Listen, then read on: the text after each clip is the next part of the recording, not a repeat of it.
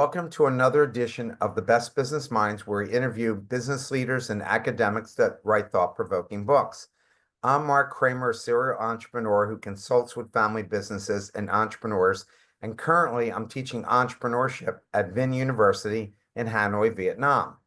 Today, please welcome Dr. Randy Brazie, author of the book, The Steadfast Leader: Control Anxiety, Make Confident Decisions, and Focus on Your Team Using the New Science of Leadership.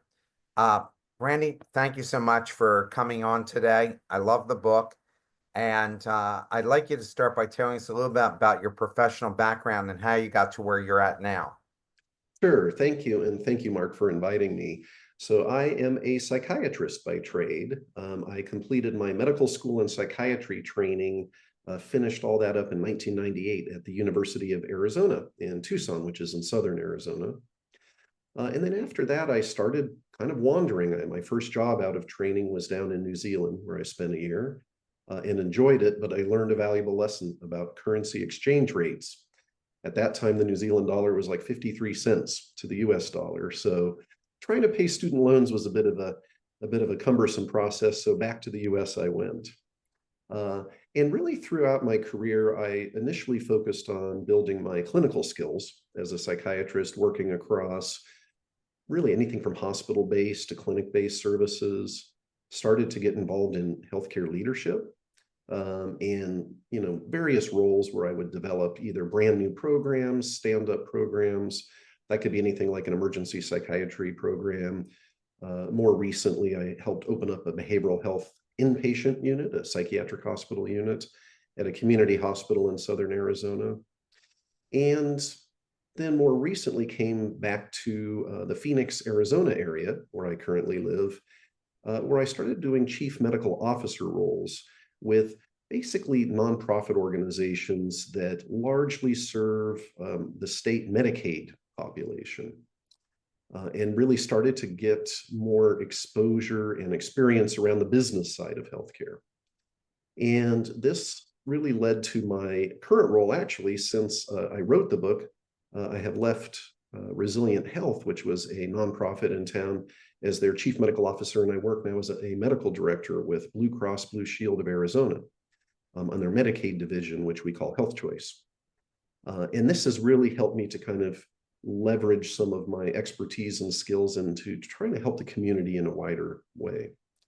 And ultimately, as I have known Jeffrey Vanderpool, who's the co-author of the book for many years, we had really just talked on and off as you do. I'm sure entrepreneurs are very familiar with this, especially over meals or sharing a drink, about what I do and the things that I've learned in psychiatry and in mental health. And I was curious about how Jeffrey's had so much exposure and experience in, teaching business, but also working as an entrepreneur in Southeast Asia.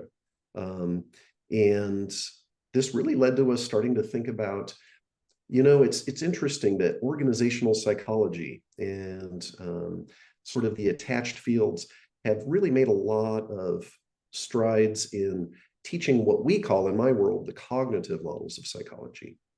And we started to think about, there's a lot of neuroscience that we know about in the mental health world that also deals with another part of your brain that's actually much more powerful.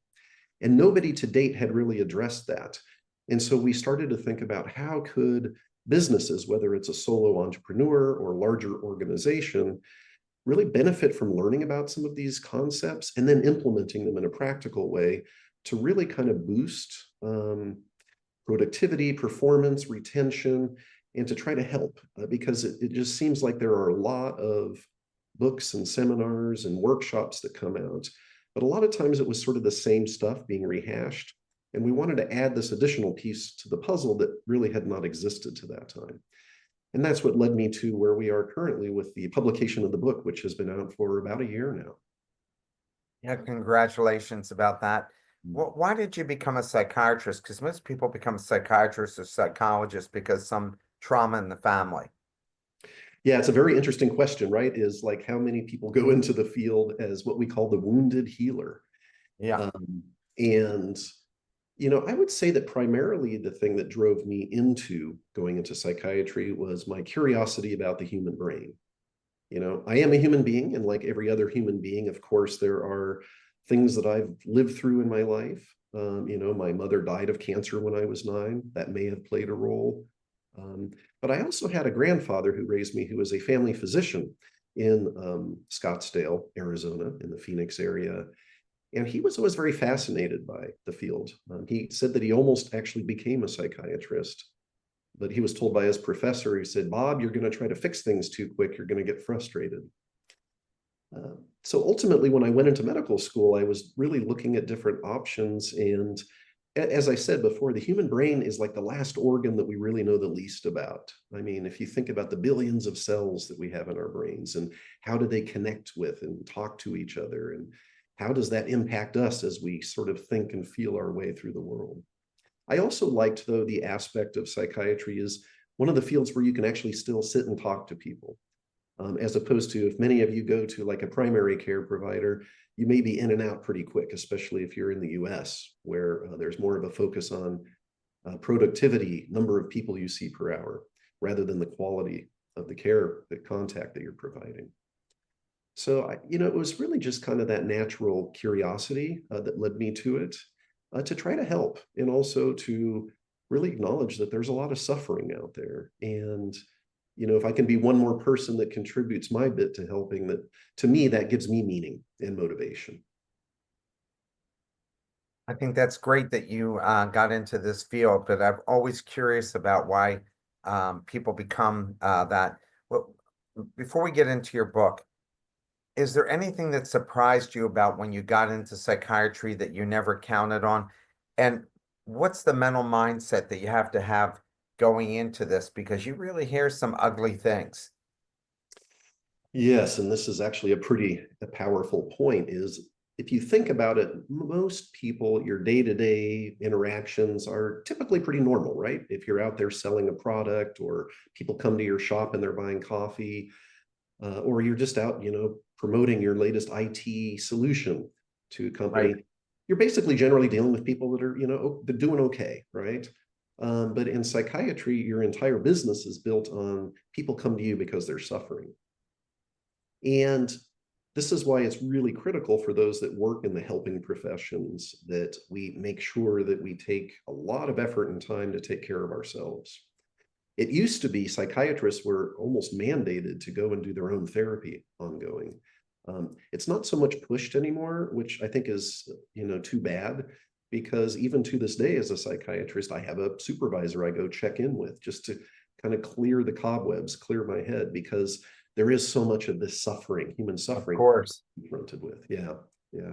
So self-care is really critical. It's very easy to put your head down and just push through. But as we talk about the book, you'll learn that if you do that at your own peril.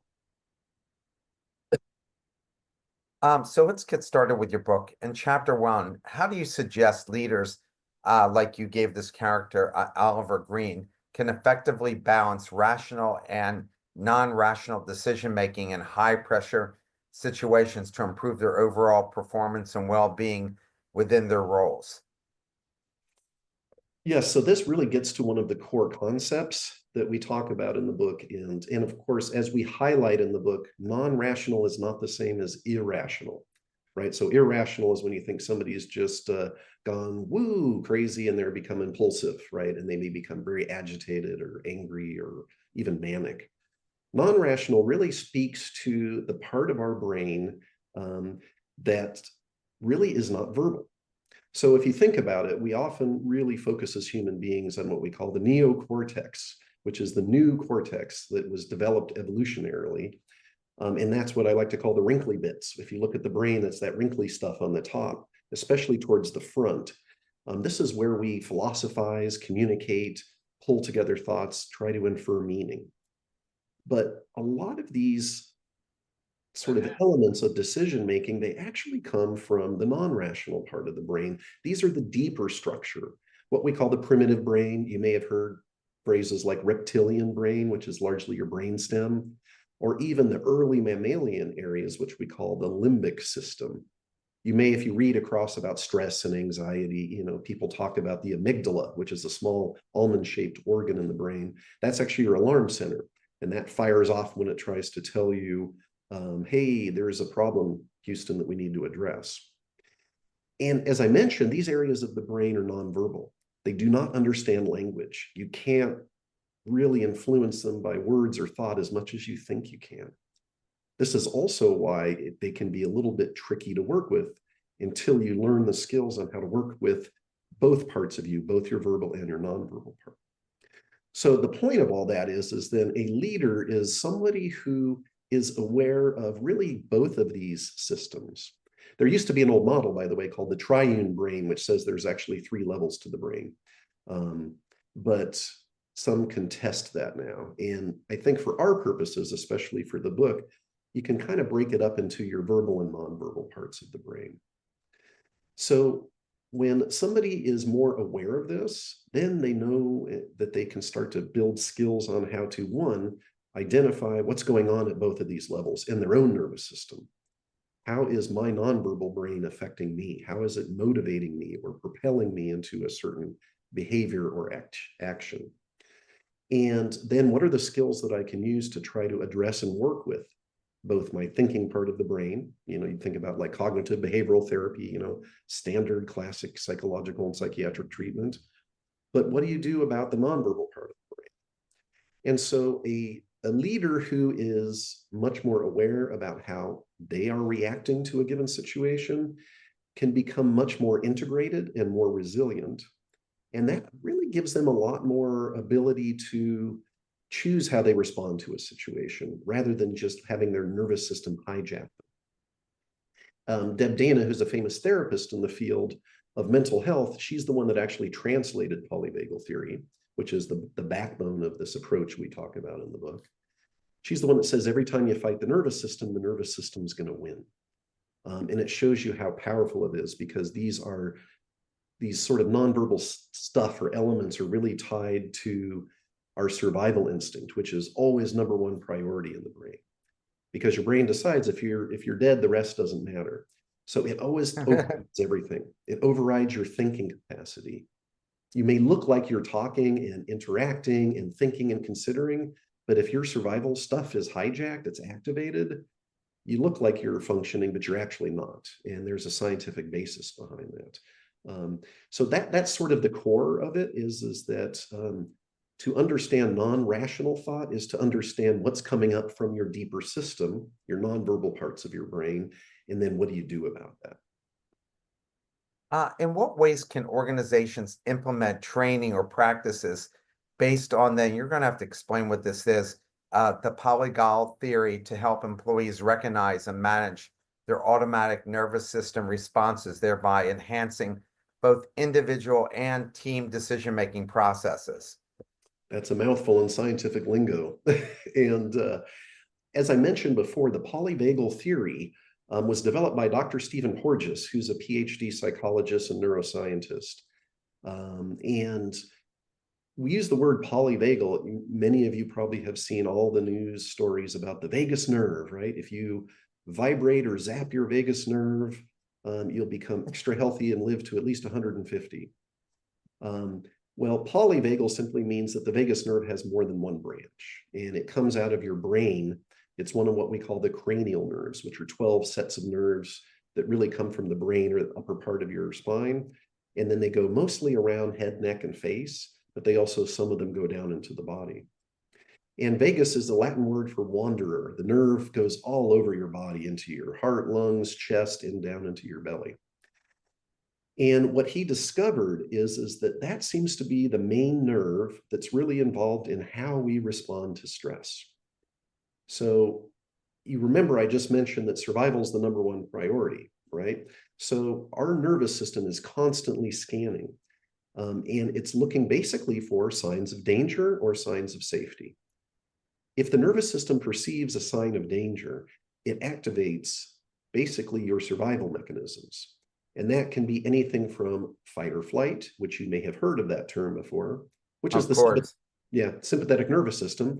Or if the brain decides not only is there danger, we ain't getting out of this, we can't survive, we actually collapse or shut down.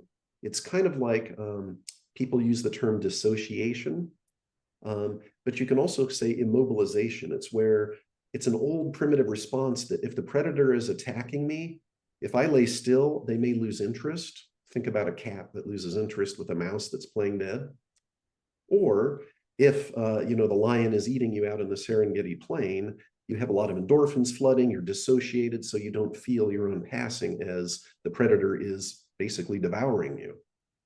So these are very old, primitive, ancient circuits. And then as we developed as animals, we got the fight or flight response. And then ultimately, the most highest level is what we call the social engagement system. And this is what Stephen Porges describes. This is where we're able to connect with each other, make eye contact, reassure each other. But also this is where people in organizations or even business leaders or entrepreneurs, this is where they're going to be most able to connect with others, get consensus, and then have outcomes. So ultimately, the idea is that the polyvagal theory tells us about how our nervous system is organized. And then it starts to give us some clues and ideas about, well, what the heck do you do about that then to put yourself in an optimal state based on the situation that you're in?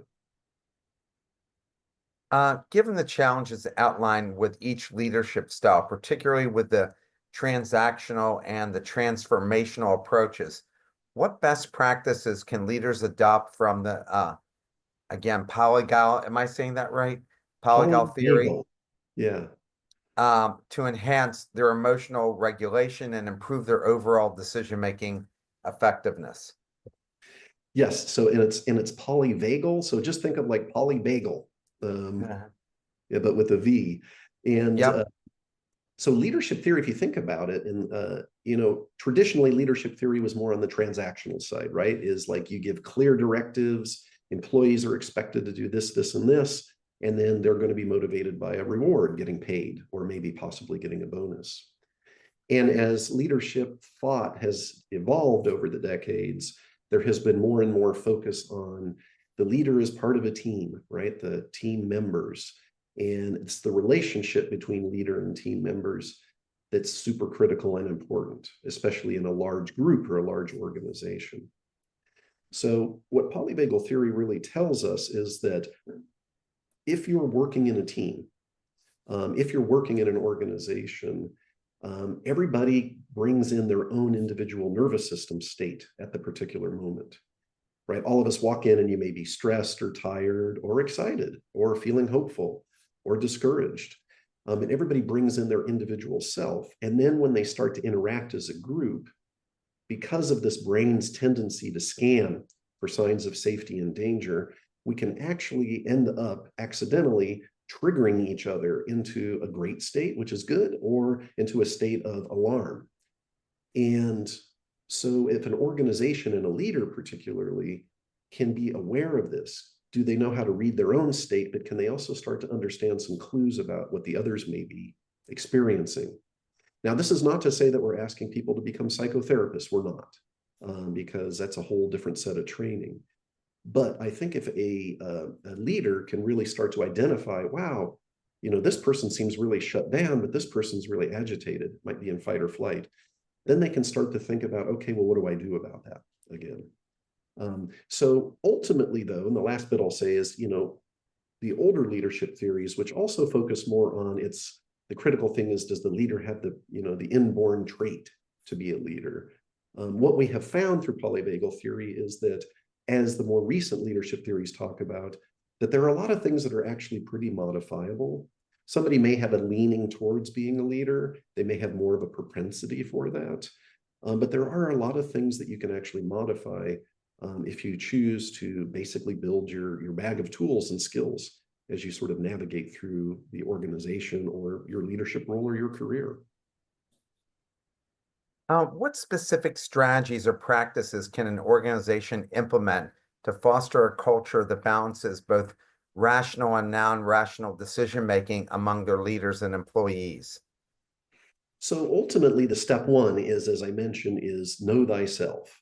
And each person should be aware. We actually use from the dead Dana, who I mentioned, what she describes the theory in a ladder. And the idea is that at the top of the ladder, we're in social engagement, or what we call the ventral vagal. It's just one branch of the nerve. That's where everything's cool, we're connected, we're communicating, and we're taking in what each other is saying. This is where teams and organizations are at their most productive. Next down on the ladder is the fight or flight with the sympathetic nervous system.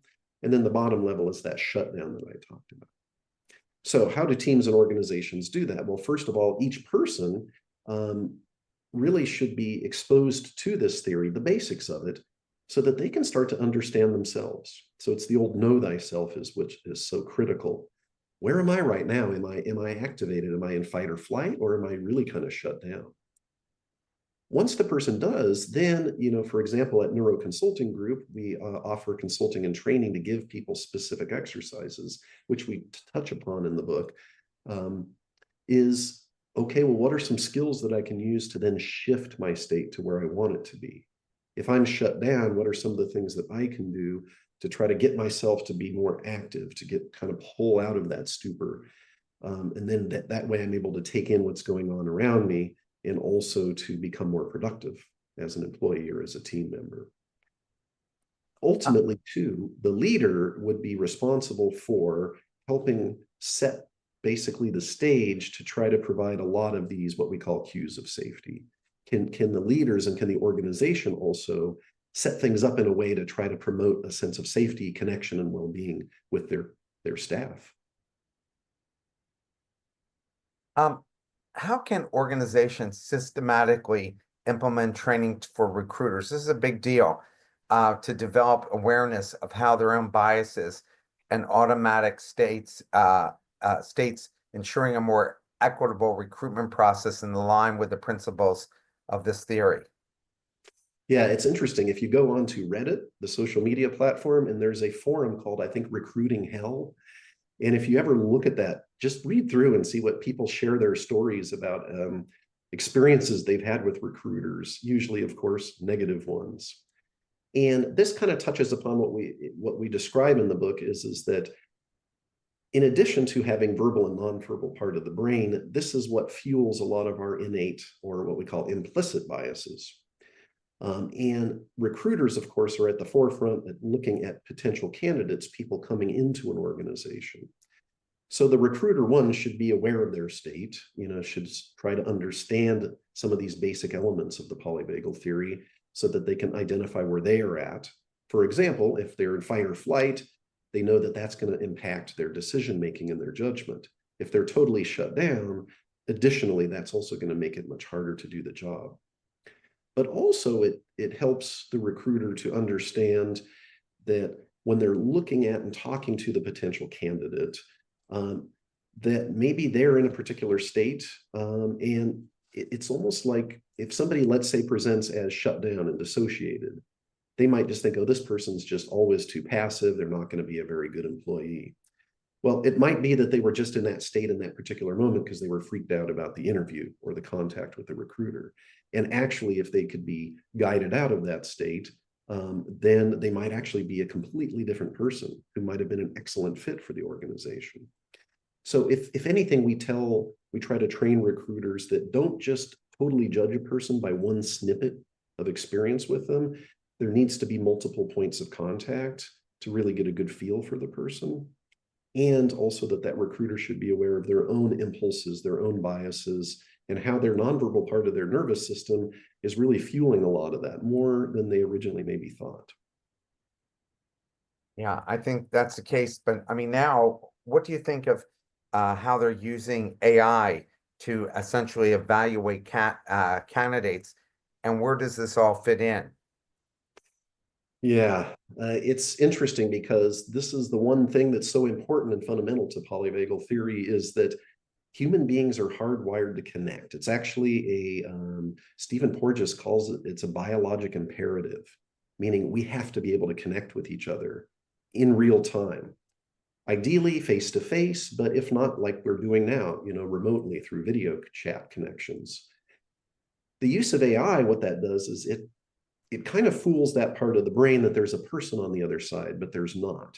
And the nervous system is probably going to pick up on that to some degree. And so this is what Stephen Porges calls neural rudeness, where the nervous system, your nervous system, may pick up something's funny here, something's not quite connecting. that's going to probably throw people off a bit. The other thing, of course, too, is that AI is only good as it's programmed, and it's going to create a lot of possible errors in gatekeeping people in that may not be a good fit, and also excluding people that might have been a good fit. So it's going to be something very interesting to watch and see how this is developed. We recently just had a series of articles from the American Psychiatric Association talking, for example, about how AI is going to be used in psychiatry, and what are the pitfalls and the potential benefits with that.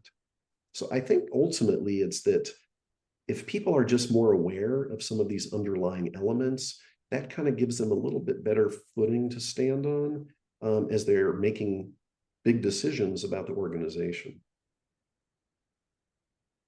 What specific strategies or training programs would you recommend for leaders like Oliver Green to recognize and mitigate their biases in recruitment and decision making, especially regarding vulnerable applicant groups? I imagine that is focused on minority and folks of color, of course, and maybe even transgender.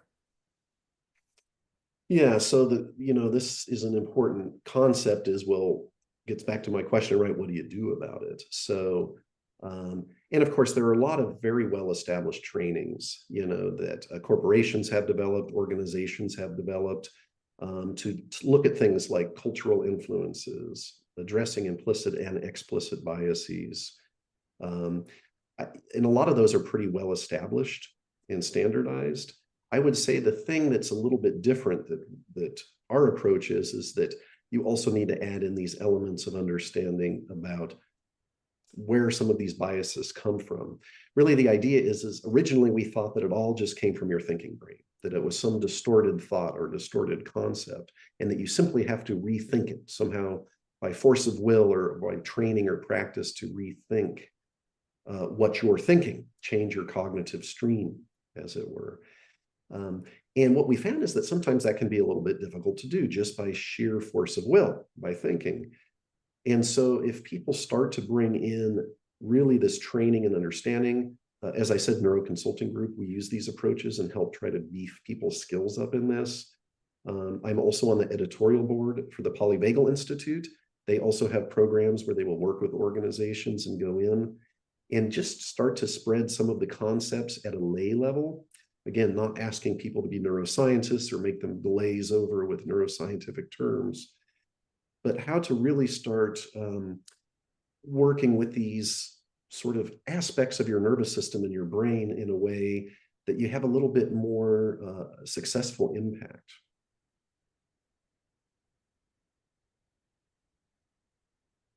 In chapter 4, you talk about leaders like Oliver Green effectively integrating somatic experiencing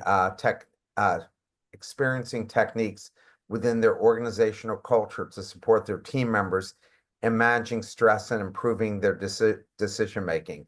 How can he do that? Right. So there are several different schools of thought about, polyvagal theory informs a lot of different approaches, whether those are formal therapy approaches or if they are informal approaches that people can use. So we use, for example, somatic experiencing as one technique that was developed as a tool by Peter Levine, who is about the same age as Stephen Porges. They're both in their early 80s, I believe. And Peter Levine was a psychologist who worked with animal behaviorists back in the 60s and 70s.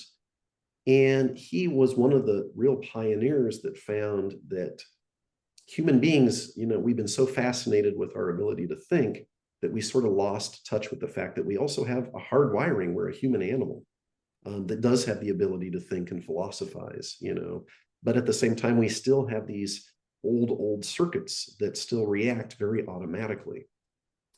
And we use the word autonomic nervous system, by the way, which sounds really similar to automatic, but autonomic nervous system is simply these parts of your nervous system that respond automatically to potential threats, or it also is involved in keeping your temperature and your blood pressure and your heart rate within a normal range.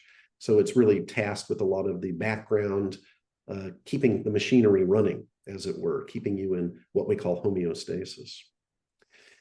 So somatic Give experiencing is something that, that would be like if somebody was a therapist or a body worker, they would go and do training in it. So of course, that's not feasible for the average person who, doesn't want to spend 3 years going through these different modules and trainings. But perhaps what they can do is reach out and connect with organizations like ours, where we take principles from things like somatic experiencing, and we start to work with people and teach them skills on how do I regulate my own nervous system? How do I get myself in the correct or the state that I want to be in? And then how does that potentially help me to inspire or motivate others around me to also settle into a more socially engaged state? In what ways do you envision the application of this theory evolving within the financial sectors as leaders increasingly acknowledge the importance of balancing rational and non-rational decision making in their strategies, which especially now with cryptocurrency and Bitcoin almost hitting $100,000. How how do you go and utilize that for that sector? Yes, and this was an area that my co-author Jeffrey Vanderpaul was especially interested in, because he has the background as a certified financial planner, and he's worked, I think, with Citibank before in Las Vegas many years ago, and had his own practice doing financial advising. And it was interesting because as we shared stories, we talked about how he would have clients come in, and if they were really hijacked into a state of fear, that it was like no matter how he explained things or what he tried to do to settle the person, that they would still just be like fight or flight, right? And it was almost like whatever he tried to do as an intervention, it just wasn't getting through to them. Additionally, the other side of it is the old FOMO, right? Fear of missing out, the greed that can get triggered. And that also comes from very kind of deep primitive circuits. Now, that's not where you think you're going to die, right? It's not a survival thing, but it's more like, oh, if I don't get all these assets, or if I don't really do as well, then I'm not going to be in as good a position to survive down the road.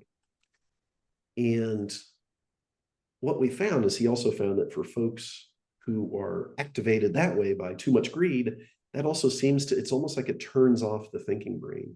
There's actually a strip for anybody curious called the insular cortex, and it's actually an area that connects your thinking with the non-thinking part of the brain, the nonverbal part that I mentioned. And you can actually see that that sucker shuts down when people get too activated by fear or greed. And so they may sound like, again, as I mentioned before, like they're talking to you, interacting and thinking, but they literally can't take in anything you're saying.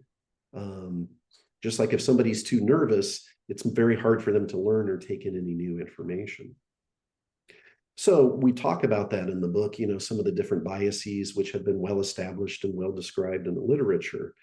And what we do is try to add that twist of like, can we interpret any of those states or biases as somehow being influenced, at least partially, by the polyvagal theory, by this idea that some of this stuff comes from the deeper parts of your brain, not just the thinking brain. And really out of that, what we have discovered is that just like when working with teams, or just like a recruiter trying to assess people in as fair and a neutral way as possible, if a CFP themselves can be aware of their own state, am I in fight or flight because this person came in and they're irritating me? Or did I just completely shut down because this is that really mouthy client that never stops talking and I just can't get through to him, so I might as well just check out and think about what I'm having for dinner? What state am I in? And then can I do things? How do I get myself into a more engaged state where I can still try to connect with this particular client or this person in front of me? And then are there things that I can do in a way to try to help get them out of that state? Is there anything that I can do without being a therapist, without having to ask them about their childhood or their history? But can I just do something in a very simple way? And in the book, we then talk about these different levels. So one is that, in polyvagal theory, we talk about simple things like your eye contact with the person, the tone of your voice, your body language, where you're looking around, If I'm looking at you and talking, it's a very different thing than if I just turn away when I'm talking, but you're not seeing the eye contact from me, even on camera. If you're perceptive, you'll notice it feels different. So one of the skills we teach then is, and this is whether you're a leader or a recruiter or a CFP, for example, what kind of eye contact are you making? Are you making the intense staring gaze of threat or lust? Or are you making sort of normal, moderate amounts of eye contact? Or are you avoiding eye contact, basically telling the person, I don't want to be here? In addition to that, the tone of voice obviously gives a lot away. And this is not unique just to polyvagal theory. Of course, there are others who've talked about this before. But the language you use, is it invitational? Is the language you're using saying that we're going to get through this, things are going to be okay, or hey, we're good? Or is the language you're using alarmist? Does it increase their distress or their greed? How you communicate is so critical. And some of it's involuntary, by the way. So we think we can control the tone of our voice completely. But if you're hijacked into fight or flight or shutdown, your tone of voice will alter, and you can't force yourself out of that unless you get yourself into a different nervous system state, if you get yourself out of that state. Additionally, in how the professional or the business person presents themselves, if I'm sending that kind of, hey, I'm okay, cues of safety, as we call it, their nervous system is checking that out, and it's actually pinging off of ours. And so they will start to respond in kind. Now, if I'm too zen, if I'm too mellow, and they're really up in sympathetic activation, they're going to find that irritating, right? If you try to act like everything's cool, man, and they're like, but there's a problem, they're going to find that irritating. So you need to kind of match them slightly, but in a positive way. So for example, if they're really activated and fidgety and restless, you might be animated and enthusiastic, but you're doing it from a sense of confidence and connection and feeling like, hey, everything's cool. So it's like you're meeting them with play, and this is one thing Stephen Porges talks about, is that your sympathetic fight or flight nervous system is also involved in play. So when we're playing, having fun, laughing, or even making love, these are using the fight or flight system, but in a sort of positive, connective way that's blending with the social engagement system. We have a question from the audience. Leadership is mainly about having the ability to make a decision, take responsibility for the outcomes of their decisions. You said leadership could be learned. Psychologists collectively do believe people's personalities are formed in childhood. So how can you train people to make decisions cannot deal with the stress or uncertainty, and hence cannot make decisions? Yeah, so that's a great question. So this really gets back to leadership theory, and the original older leadership theories said that it's innate. You're born with a certain personality, and either you've got it or you don't.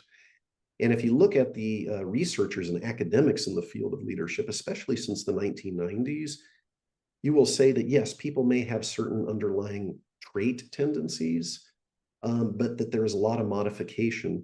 And this is really what we learned in polyvagal theory, also in leadership and theory in general, is that people have a lot more plasticity, a lot more ability to change and to grow than we originally believed. And this also, by the way, has led to us realizing that there's a lot more going on in the brain for people into their 70s and 80s than we originally gave credit for. So personalities can have basic traits. However, your experiences through life will condition you. So somebody who goes through trauma or abuse or war is going to have a pretty significant conditioning change than if they hadn't gone through that. So trying to get people to take responsibility largely has to do with how do you bypass the states of defensiveness. And so helping people to understand themselves, but also not to say, see, traditionally it used to be that you would get a personality questionnaire from your organization and they would say you're a whatever. And that can be a very useful tool. It's not to disparage that at all. But I think if you also add that your personality at the particular moment is modified by your nervous system deciding whether am I safe or not, that actually has a pretty big impact as well.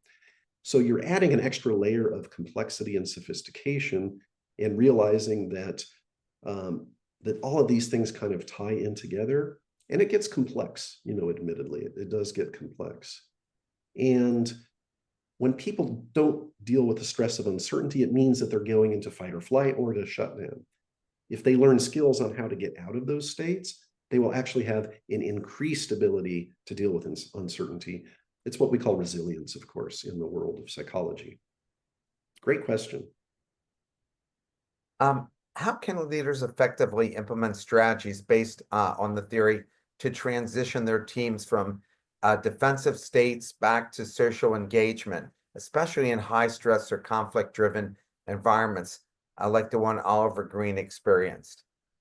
This also gets back to using some of those examples I went into a bit of detail with a CFP, right? So this has to do with the team, again, everybody learning, where am I on that ladder? Where is my nervous system tend to go, and where am I at this moment?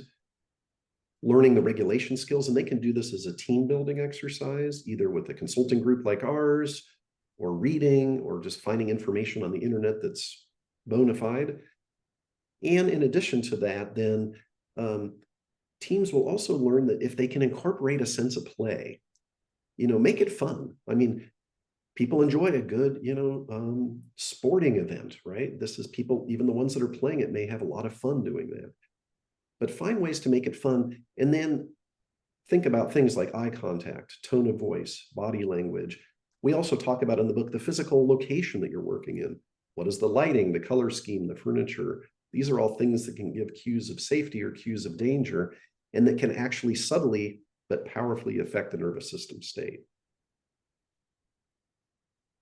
What specific training techniques or interventions do you recommend for teams to develop their skills in conflict resolution and to reinforce their understanding of the polynagal theory as it applies to team dynamics? So we use some of those examples. We actually have a video training that was based on the book at our neuroconsulting group website. In addition to that, though, really anybody who provides consulting and training from a polyvagal informed perspective can really provide a lot of specific, what we call experiential exercises. So, right, I keep talking about know thyself, right? Understand where you're at. Well, that's working with Deb Dana's ladder, what she calls her maps, being able to identify when I'm in this particular state, what does it look like? And then from there, what are the things that help shift me out of that state into what I want? We use some examples in our book. So, and some of them may sound kind of familiar, like they seem to be borrowed from mindfulness approaches, but we're not simply advocating just classic traditional mindfulness per se. There are a lot of elements of it. You can look, for example, acceptance and commitment therapy, which has been very trendy since, I believe, the 1990s. This often uses a lot of these approaches. Is people have to be willing to not necessarily go and think about everything that's stressing them or triggering them, but being able to look inward and see, where is my nervous system at this particular moment? What are the skills I can do on my own to help shift me? But then also the training would involve, how does the team develop skills where they can support each other and shift each other into a more state of kind of social engagement and productivity? Given the challenges Oliver Green faces in motivating his employees, what specific strategies or techniques grounded the polynagal theory would you recommend for leaders to effectively enhance social engagement and mitigate the impacts of stress and dissatisfaction in their teams? Yes, so this gets back to some of those examples that I touched upon from a high level overview. So, for example, a leader might want to actually have their team, if possible, meet in person at least once every so often. And if that's not possible, meeting through video online like Zoom certainly definitely provides enough of that nervous system checking each other out and connecting with each other kind of experience. The leader would then make sure that they are structuring their meetings so that when they're coming in and talking, that they are very mindful again of tone of voice. What is the eye contact they're making? What is their body language? Are they fidgety and restless and tense? Or can they get themselves into a state where they're a little bit more level? So this could be, for example, using a little bit of a mindfulness exercise. Often people will talk about things like deep breathing, or they might talk about humming or singing to try to get the vagus nerve to vibrate a little bit. And that seems to, oddly enough, help the brain to settle. So there can be little kind of subtle exercises and things that one can use to try and get oneself back into a better state. Another one that comes from somatic experiencing is what we call orienting. So an animal that's just looking around and checking out its environment is an animal that's not a deer in the headlights. It doesn't think that there is danger. So if you simply force yourself, to look around and check out your environment in a backwards way, it tells your brain, oh, there's no threat that I have to fixate on. So if people do that and they respond to that approach, a person can just look around the room and check out their environment, and then sure enough, their nervous system starts to settle. So there's a whole host of different experiential exercises. Our director of education, Abby Blakesley, who's a somatic psychologist, and also a legacy faculty member with Somatic Experiencing International, she guides people through, and some video snippets that we have of a lot of wonderful exercises one can use to regulate oneself, which then tends to help the team. And then that leader might want to share some of those skills or quick regulation exercises that they could do. Hey, team, let's do this team building event. Let's do this together. And then, of course, keeping in mind, as I said, the physical layout, the lighting, is the furniture comfortable? Is the color scheme, meant to be more like connection as opposed to stressing people? I often say fluorescent lights are super jarring to the nervous system, about the worst type of lighting you can put in any type of building, whether it's residential or office. So thinking about little stuff like that can also make a pretty big difference as well. How can leaders apply the insights from both Maslow's hierarchy of needs and job characteristics model in conjunction with the polyvagal theory to develop a more nuanced understanding of their employees' motivations and ultimately improve retention and productivity in the workplace?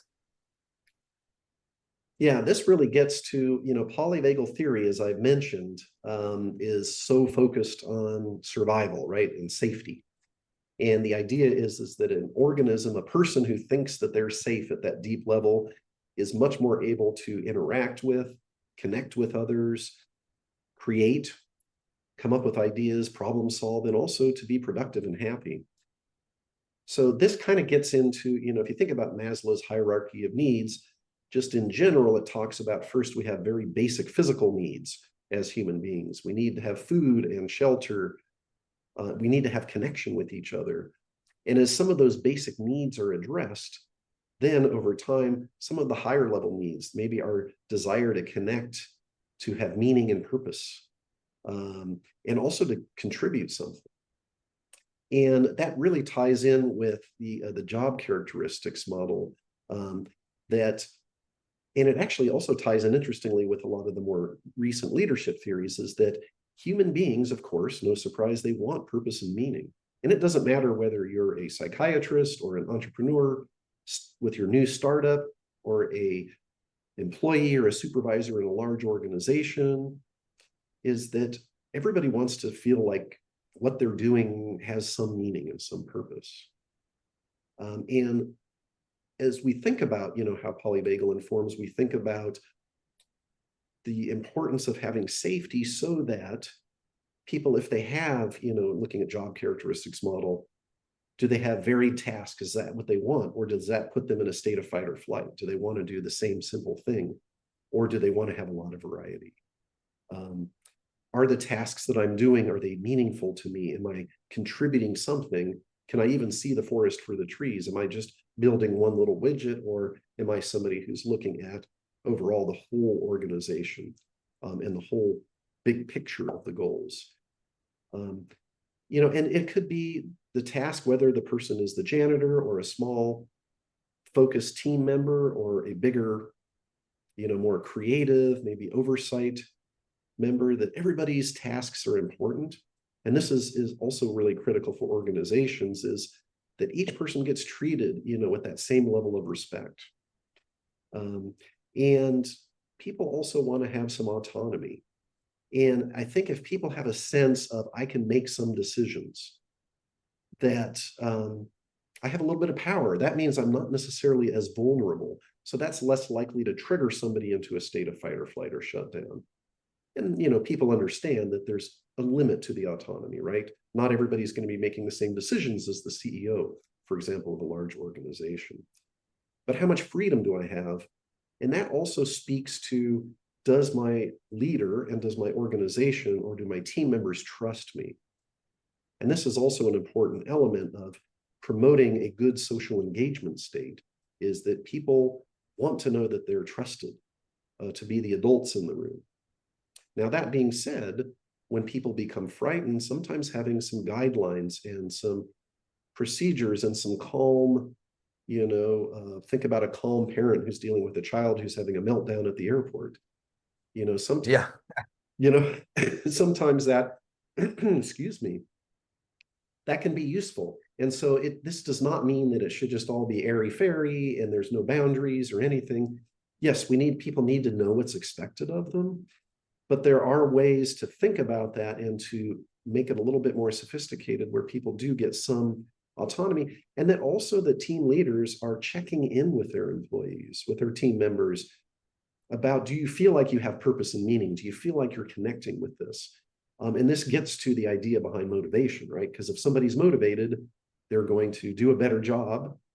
Likely they're going to stay longer and also be more productive, which means more success, hopefully, for the company with less cost, less turnover.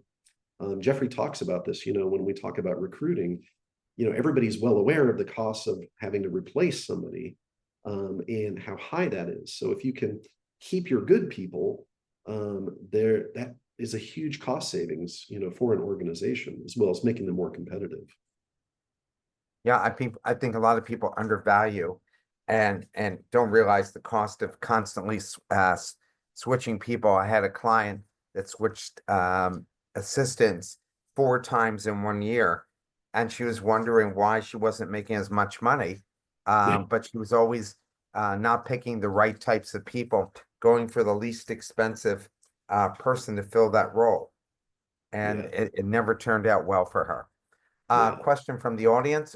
First generation students are the first in their family to go through college experience, oftentimes starting and going through life, starting from Maslow's basic levels, often a bit more complicated life. How neuroscience wise would this influence their resilience and work ethic as a corporate employee later in life? Yeah, that's also a great question. And it really speaks to, first of all, what motivates that person to be the first. It may be that they were the first, that the family was able to have enough resource that person could do that. It may be that person was strongly motivated, and based on personality traits and many other factors, they were able to successfully enter and complete. Ultimately, what that does is, if somebody gets through that, there is a real sense of ownership and pride, rightfully so, at having succeeded. And, this is outside of polyvagal theory, but nothing, generates success like having succeeded. And because it's like having that experience, that taste of like, I can do this. What that does is that adds to a felt sense of confidence, as well as what we call in psychology the locus of control, is that I actually can do something with my future. I have some ability to influence my own destiny. And so what that does is it does increase resilience. And what we mean by that in the neuroscience world is, people, when they become more resilient, is that there's more of that ability to step back, ponder before reacting. Not that one is just disconnected and like, we always think, somebody just like a Zen Buddhist monk and just sitting there not doing much. No, but resilience is more about, even if you have to respond quickly, that there is a tendency to stay in that social engagement state, so that whatever decisions or assumptions you're making, they are more likely to be more accurate. If I get hijacked into fight or flight, I guarantee you my assumption is going to be based on that. And I'm going to be more likely to see the other person as hostile or demeaning or whatever. But if I can stay out of that, I might actually realize that person's not being hostile at all. But I've noticed that they're in fight or flight. So maybe they're freaked out because, who knows? And again, I don't need to know all the details of their personal life, but they seem to be in fight or flight. So what can I do to help keep myself socially engaged, but also try to motivate them to meet me sort of partway there?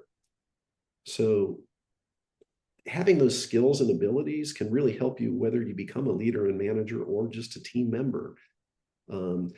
The more you know yourself, the more you can work with your own nervous system, and it will help you to navigate your interactions with others. And then you stop taking things as personally too. When you realize that 9 times out of 10, it's not about you, it's about them. Another question from the audience. Get this for you. Some research shows that people of lower paid jobs, like cleaners of a company, experience higher stress level compared to their senior managers and executives of the same company. The majority of useful advices for managing stress at work and life are mainly targeted towards managers and executive level of workers. What advice do you have to companies that have workforce mainly made up of blue collar workers on how to help workers to manage stress in general? I think a lot of that stress is due to the fact they don't make enough money. That's what the stress level is. It's not the job itself, it's survival. Yeah, partly certainly can be an economic factor, which is powerful. So, one would hope then the organization would be really thinking about that and saying, are we paying enough of a wage so that our people can actually live and then come to their job? But also, other concepts really ties back to that idea of that locus of control I mentioned. Somebody in a lower level position is probably more likely going to feel that they have less choices, that they have less power and less autonomy.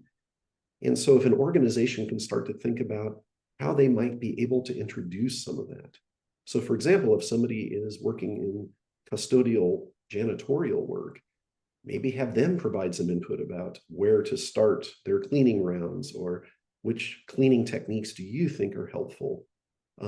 Giving people the little bit of a say, giving them a voice can often be a very powerful thing. And additionally, also making sure that all the way up to the CEO, that they're taking the time to actually go and make eye contact, connect with, and show some respect for everybody who works there. That can be very powerful.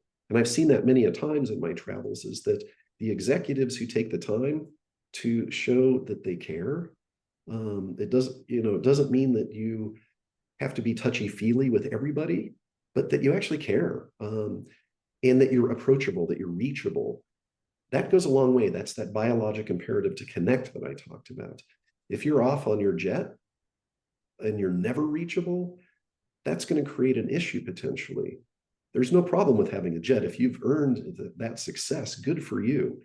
But also make sure you take the time to go and connect with people, because that is going to be a much more powerful way to help people to feel, less stressed out overall. I can't believe the hour went by so quickly, and I really enjoyed you and the book. I look forward to when you write another book, which would be great. And hopefully we'll have you back when you do the next one. Well, thank you very much, Mark. We actually are finishing up a manuscript on implementing the polyvagal theory in healthcare organizations. And we're going to continue to write from there. Look forward to it. Everyone have a wonderful weekend. We'll be skipping next week because it's Thanksgiving weekend. And we will look forward to talking to you in the future. Bye, everyone. Have a great weekend.